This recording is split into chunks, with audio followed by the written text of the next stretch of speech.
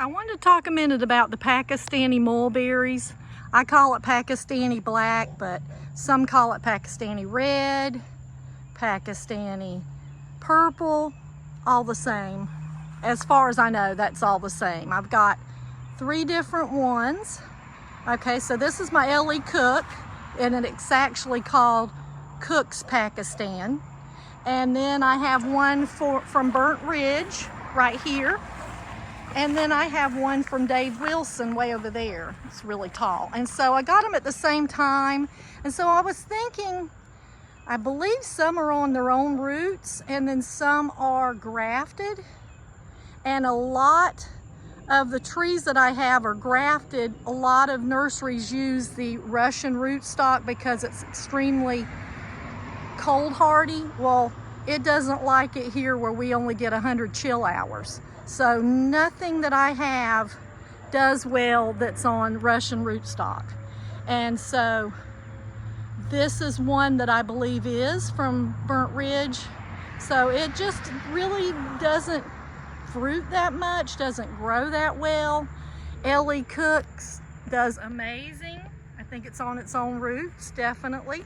And then Dave Wilson, I have messaged and asked them if they graft their trees, and I haven't gotten an answer yet, so I'm not sure if it's grafted, but it does fantastic here. They fruit really good. The fruit tastes the same to me as the Cook's Pakistan, but I think it holds its fruit maybe a little better. So both of them load up on the fruit, but they still drop their fruit very easily. At the slightest wind, you're gonna find all your fruit on the ground pretty much. So anyway, I just wanted to share that and then talk about rooting these Pakistani mulberries. So some say they're very hard to root, but I want to tell you what my experience was last year.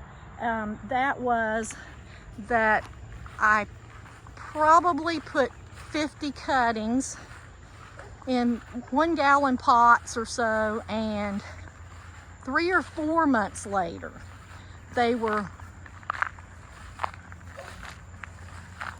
leafed out and growing limbs. So I thought, well, my other cuttings were of different varieties were really needing up potting, so certainly this one did too. And so I up potted the 50 cuttings, and guess what? 99% of them had little microscopic roots, which I should have quit while I was ahead and not potted all of them, but I didn't. I kept going. So I potted them up, very tiny roots, and they all died except the very few that did have some good roots. And so what I feel like is that they just take much longer to root, and when people see that they're growing at the top and then they get them out of their pots and there's no roots, they assume that they're not going to root.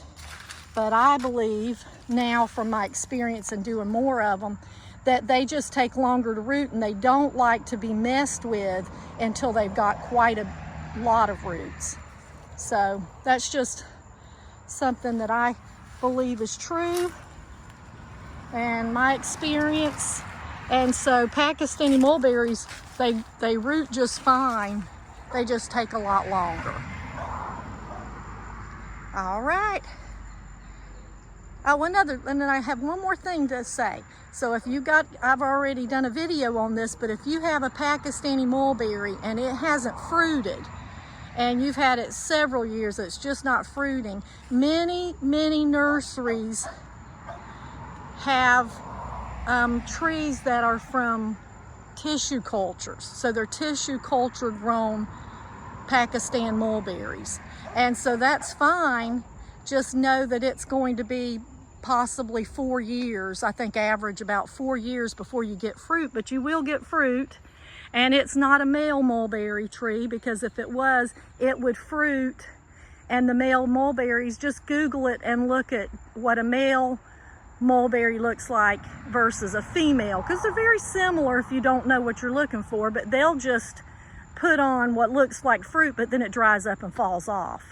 So even if you had a male tree, it's going to produce a flower that looks like a mulberry and then dry up and fall off. But in 4 or 5 years, you will have a delicious Pakistani mulberry tree if it is from a tissue culture. All right, have a great day. Plant lots of fruit trees. Central Florida, Zone 9B.